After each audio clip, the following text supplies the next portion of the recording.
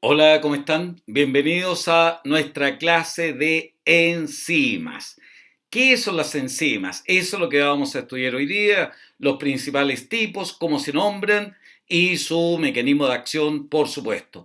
Vamos inmediatamente a recordar que la expresión de la información genética dice que un gen es responsable de la producción de una enzima. Recuerden que todo lo que vemos en un ser vivo, en un perrito, en un gatito, en un ser humano, todo lo que vemos es una proteína o algo hecho por una proteína. Y todo lo que forma parte de nuestro organismo, las moléculas orgánicas que ustedes ven en un ser vivo, han sido fabricadas por enzimas. ¿Ok? La característica más exclusiva de todo ser vivo, ¿cuál es? El metabolismo. El metabolismo, recuerden que es la totalidad de las reacciones químicas que ocurren en un organismo y que le permiten mantenerse. Dentro del metabolismo encontramos dos grandes tipos de reacciones: reacciones anabólicas o de síntesis. Recuerden cómo vemos este término. Cuando juntamos moléculas pequeñas para fabricar una molécula de mayor tamaño, estamos en reacciones anabólicas.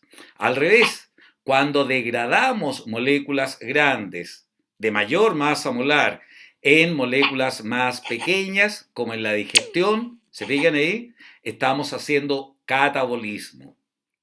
Pues bien, estas reacciones no serían posibles en los seres vivos si no fuese por las enzimas.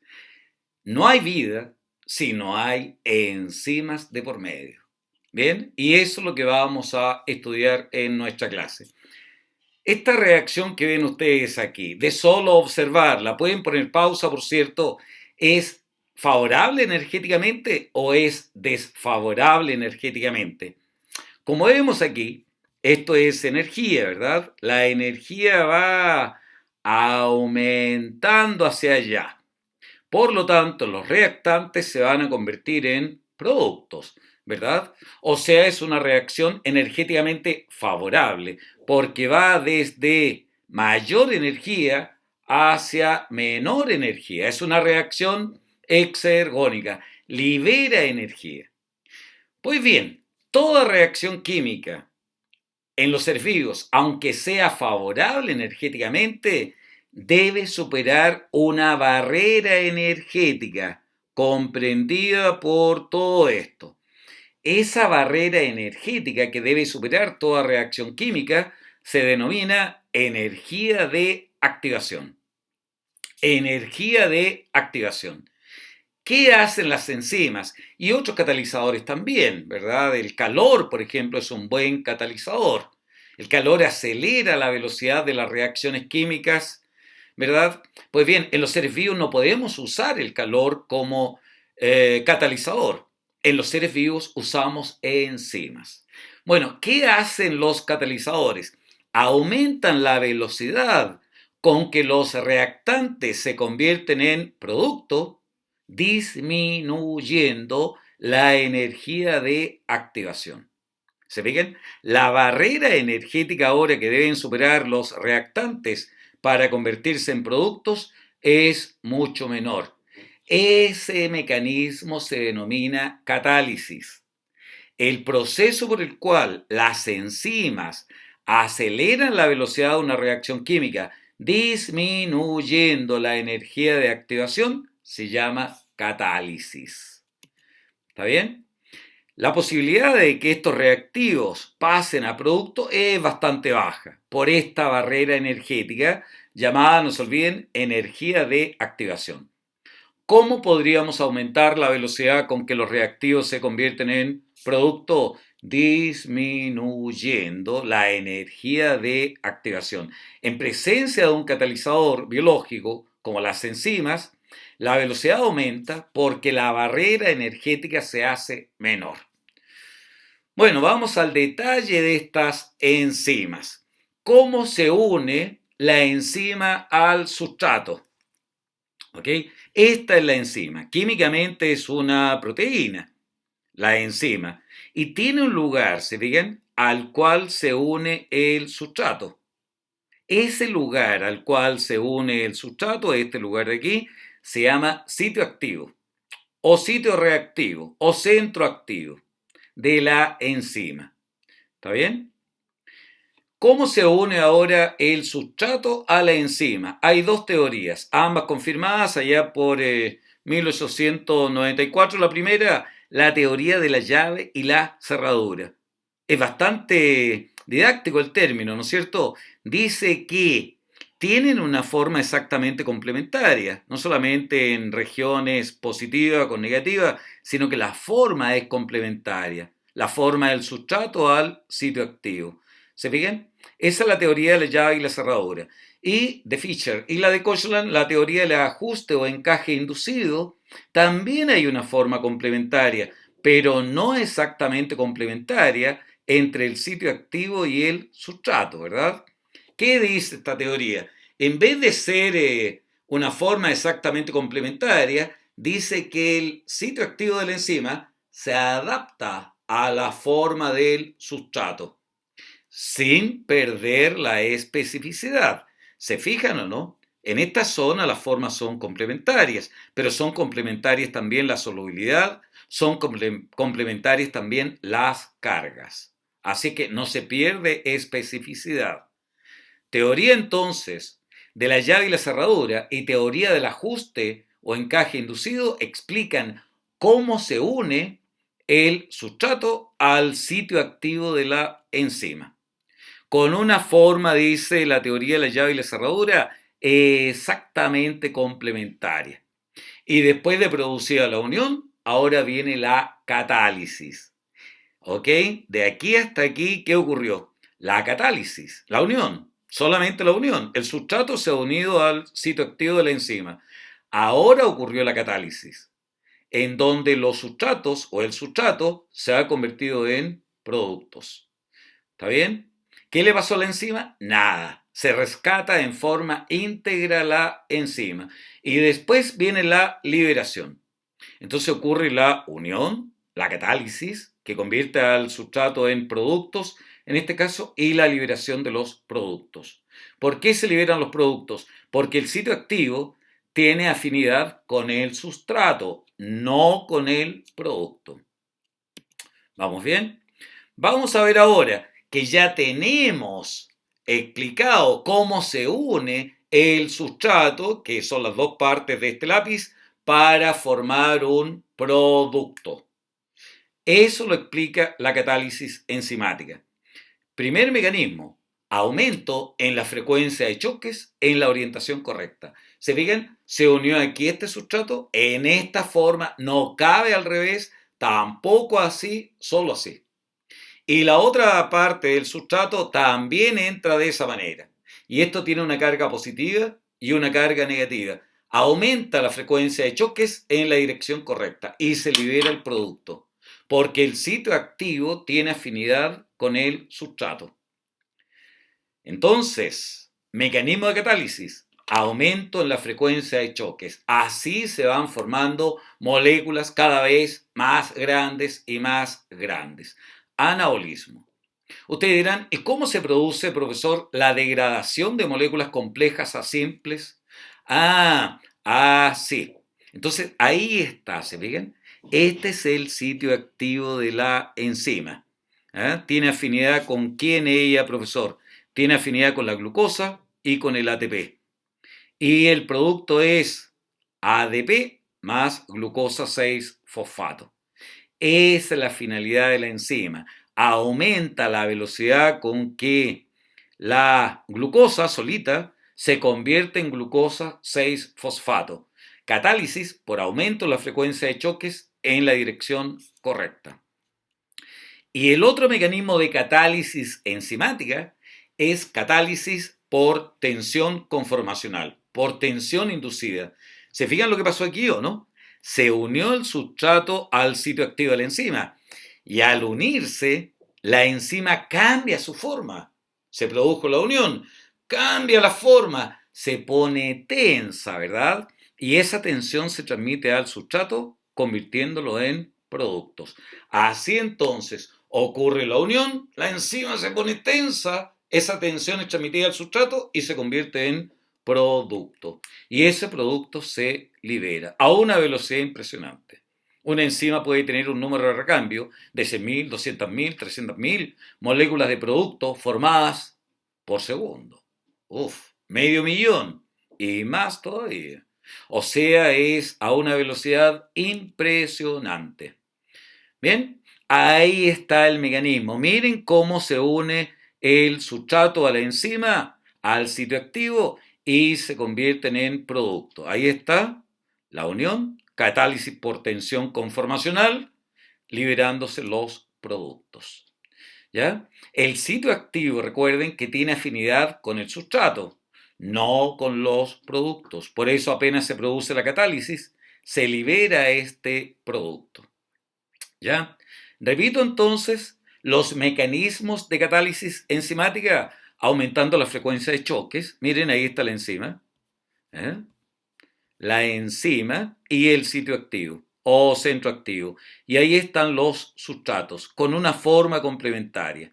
Se produce la unión entre la enzima y el sustrato, se forma el complejo enzima-sustrato, viene la catálisis que convierte a los sustratos en producto y la liberación. ¿Verdad? Esto es catálisis por aumento de choques en la dirección correcta. Ahí está de nuevo sustrato, se une al sitio activo y se produce el cambio conformacional de la enzima para modificar este sustrato. Entonces, en una enzima, químicamente es una proteína, dijimos, ¿no? Esta parte de la enzima a la cual se va a unir el sustrato, ¿cómo se llama esto? Muy bien, sitio activo. ¿Y él quién es? El sustrato. Y el sitio activo. ¿Está bien? ¿Qué ocurrió de aquí hasta acá? La unión entre la enzima y el sustrato. Unión. Y de aquí hasta acá se nota que ahora los sustratos se han convertido en productos. ¿Cómo se llama el paso de aquí hasta acá? Catálisis. Muy bien. Y ahora que viene la liberación de los productos, quedando intacta la enzima. Nada le pasa a la enzima durante la reacción que cataliza. Ya vamos a resumir más adelante todas las características de la enzima. ¿Está bien? Unión, catálisis y liberación. Perdón, pero para que una enzima funcione, normalmente se requieren de cofactores. ¿Qué son los cofactores? Son sustancias no proteicas que colaboran en la catálisis. Estos cofactores, ¿qué pueden ser, profesor? Pueden ser iones inorgánicos, como el hierro, el magnesio, el manganeso, el zinc, etc. Pero si este cofactor es una molécula orgánica, frecuentemente derivada de vitaminas, se llama coenzima. ¿Está bien? Entonces, puede ser un cofactor o una coenzima, que actúan como principalmente, profesor, estos cofactores actúan como aceptores transitorios de electrones. Por ejemplo, muchas vitaminas son fuente de coenzimas, como la vitamina C, cuya disminución de esta, y esta es la función, coenzima de algunas peptidasas en la síntesis del colágeno, la proteína más abundante en nuestro organismo, y si falta, profesor, alteraciones en las mucosas, por ejemplo, caracterizando al escorbuto. En la mucosa dentaria se aflojan los dientes, se caen los dientes, en fin, la falta de vitamina B1 provoca el beriberi, porque no está la coenzima. La coenzima se forma a partir de esta vitamina. Alteraciones neurológicas, alteraciones mentales, incluso puede haber alteraciones cardíacas, la falta de vitamina B2, dermatitis, lesiones en mucosa también, la vitamina B3, la vitamina B5, pelagra, la vitamina B6. Mira qué importantes son estas coenzimas derivadas principalmente de vitaminas. Por eso es importantísima la nutrición equilibrada. La falta de vitamina B12, necesaria para la absorción de hierro, por ejemplo. La falta provoca anemia perniciosa. Biotina, fatiga, alteraciones musculares, dermatitis. ¿Se fijan? Importantísimas estas coenzimas, gran parte de ellas derivadas de estas vitaminas. Si esta es toda una proteína, miren, tremenda proteína que tenemos, ¿verdad? Enzima. Todas las enzimas son proteínas. Obviamente no todas las proteínas son enzimas. Y aquí tenemos un sitio activo. Este sitio activo de la enzima va a funcionar requiriendo de un cofactor enzimático, que puede ser inorgánico, dijimos, o puede ser orgánico. Se llama coenzima. ¿Y de dónde sale la mayor parte de estas coenzimas? De vitaminas. ¿Y cuál es el rol de estos cofactores? Estos cofactores actúan principalmente como aceptores transitorios de electrones. Este cofactor, cuando está unido fuertemente a la proteína, pasa a ser el grupo prostético. Entonces, esta enzima solita no funciona. ¿Cómo se llama, profesor, esta enzima inactiva? Apoenzima. Y ahora, cuando dispone esta coenzima, ahora sí que es una enzima completa, holo total, holoenzima. ¿Bien? La apoenzima es inactiva.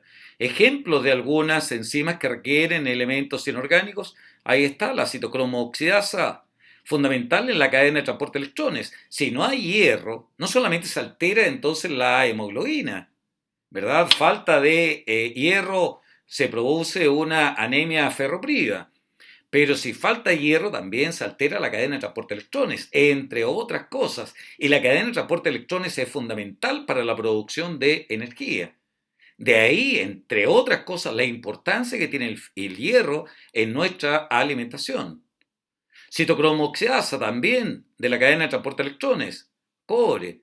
El zinc, enzimas para replicar el ADN, fundamentales. Las mitosis ocurren permanentemente a una velocidad de millones por segundo, de millones por segundo, y requieren zinc también. Magnesio, manganeso, en fin, son entonces elementos inorgánicos, cofactores enzimáticos. Una de las características que tienen las enzimas es su poder de ser reguladas. Pueden ser reguladas. Y para eso existen inhibidores. Hay inhibidores como este que ven aquí ustedes. Este es un inhibidor. Oye, se parece mucho al sustrato en esta parte, ¿no es cierto? Es un inhibidor que compite con el sustrato por unirse al sitio activo de la enzima. Por eso se llama inhibidor competitivo.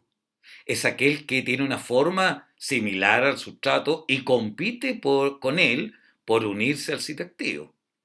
Entre más inhibidor haya, menor va a ser la actividad de la enzima, ¿verdad? ¿Cierto? Muy bien, ¿cómo podríamos desplazar un inhibidor? Un veneno, por ejemplo, que actúa como un inhibidor competitivo, aumentando la cantidad de sustrato. Entre mayor sea la cantidad de sustrato, la posibilidad de que éste se una al sitio activo de la enzima es también mayor. Pero hay otros inhibidores que se llaman inhibidores no competitivos, como este inhibidor alostérico. ¿Qué pasa con él, profesor? Miren el sitio activo de la enzima.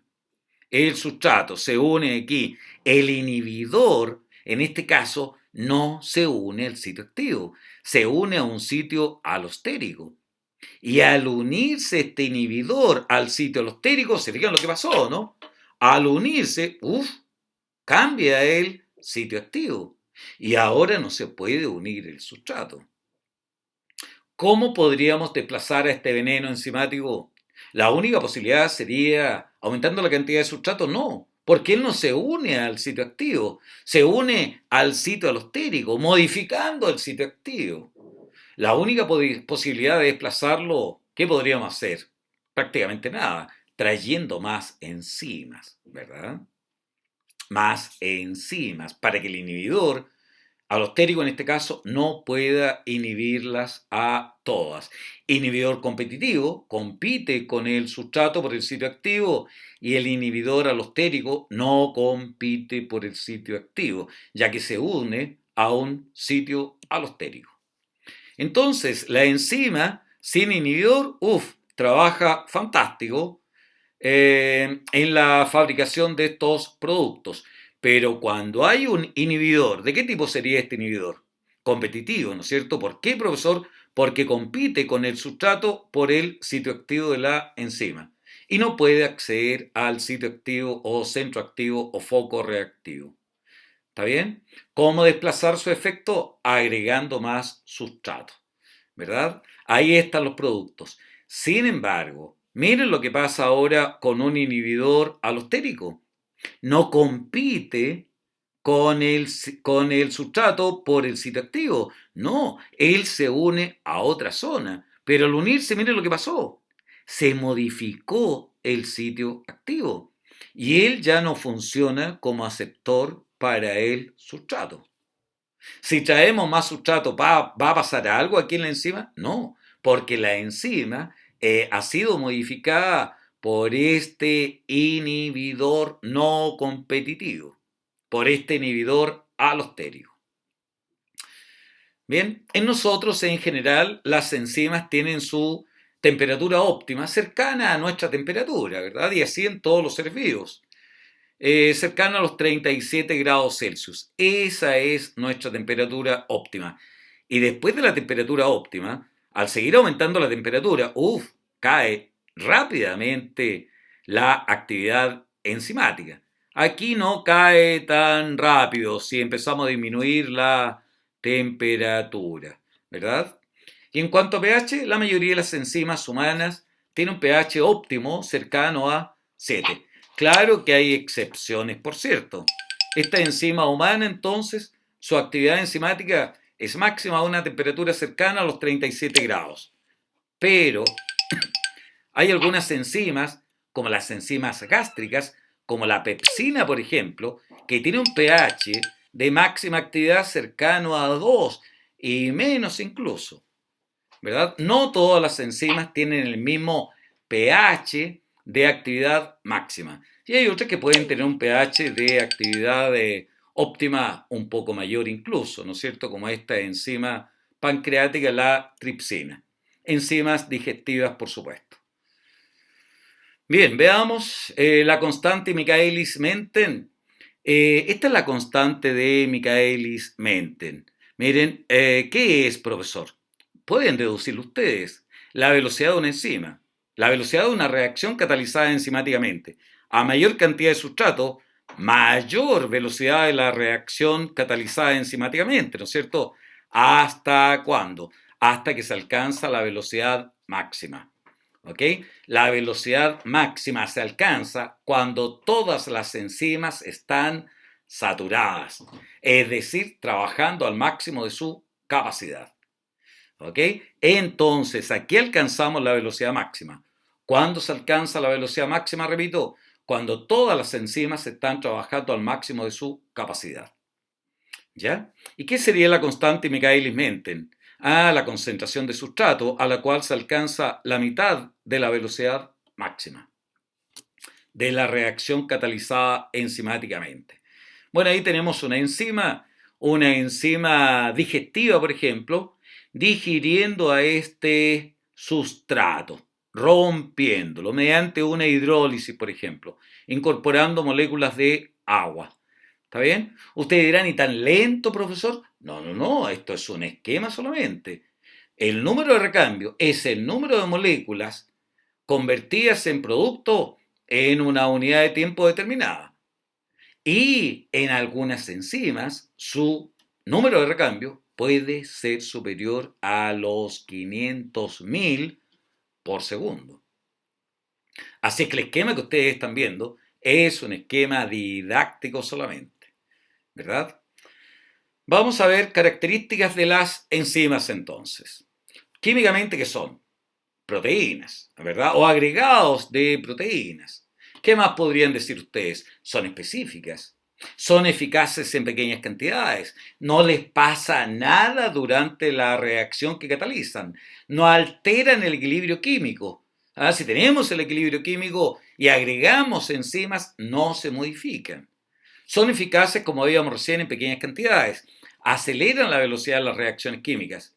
¿Y cómo la aceleran? Disminuyendo la energía de activación.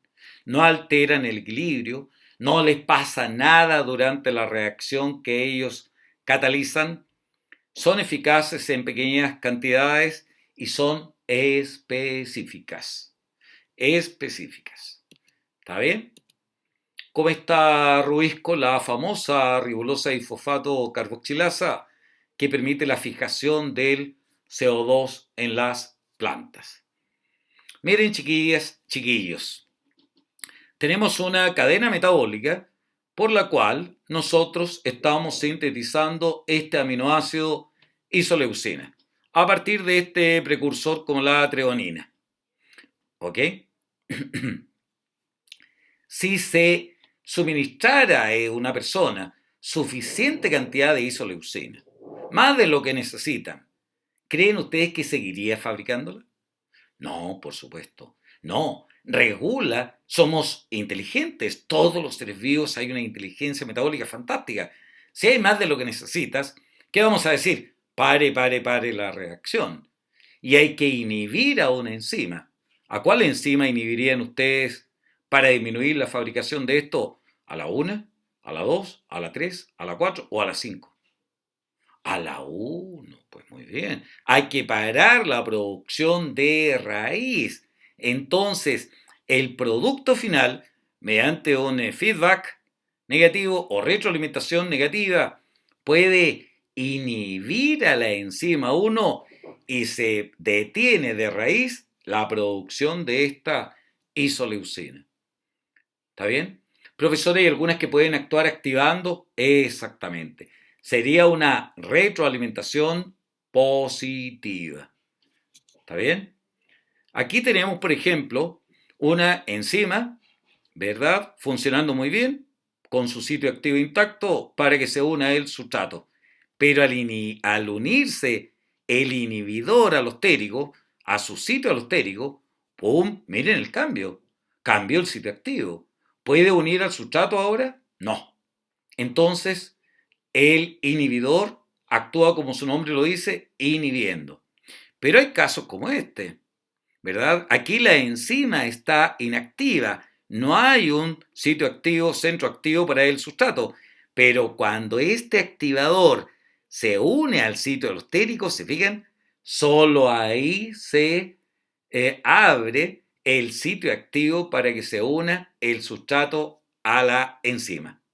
¿Se fijan? Entonces, una retroalimentación, es cierto, aquí se ilustra una inhibición, pero también existen retroalimentaciones positivas como se ve en este caso. ¿Cuál es el nombre que reciben las enzimas? Terminan todas en asa, ¿verdad? Asa.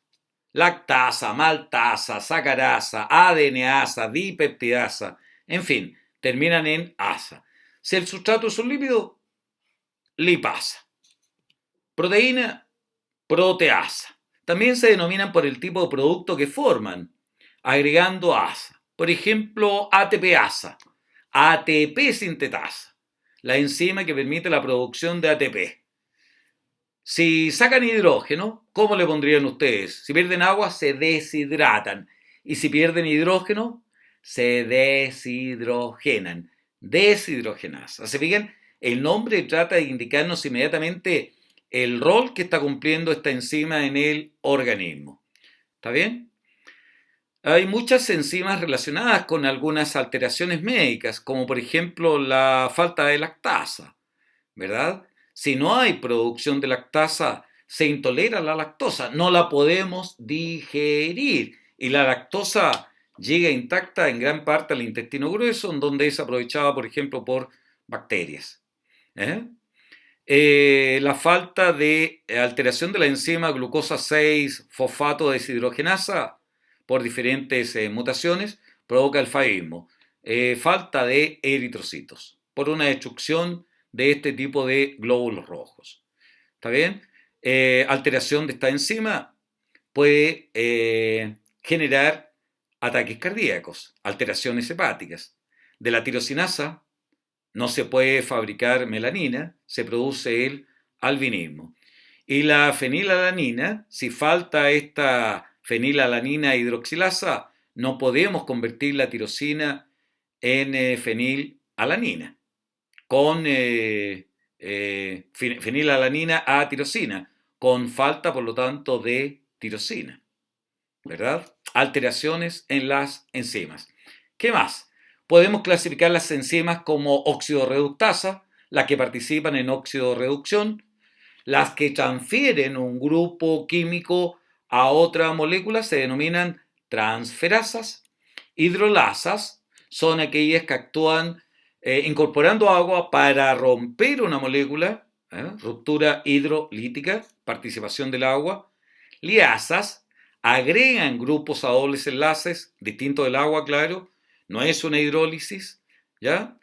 Donde hay un doble enlace, agregan un grupo y agregan un grupo, distinto del agua, por supuesto. Las isomerasas provocan reordenamiento molecular, ¿verdad? Un alcohol, por ejemplo, convertido en un aldehído. Los isómeros son moléculas con la misma fórmula molecular, pero distinta fórmula estructural. Eso hace una isomerasa. Aquellas que unen dos sustratos se denominan ligasas. Ligar, unir, ligasas, a expensas, por supuesto, del ATP. Bueno, niñas, niños, eso era lo que quería conversarles de enzimas. Vamos a nuestra actividad.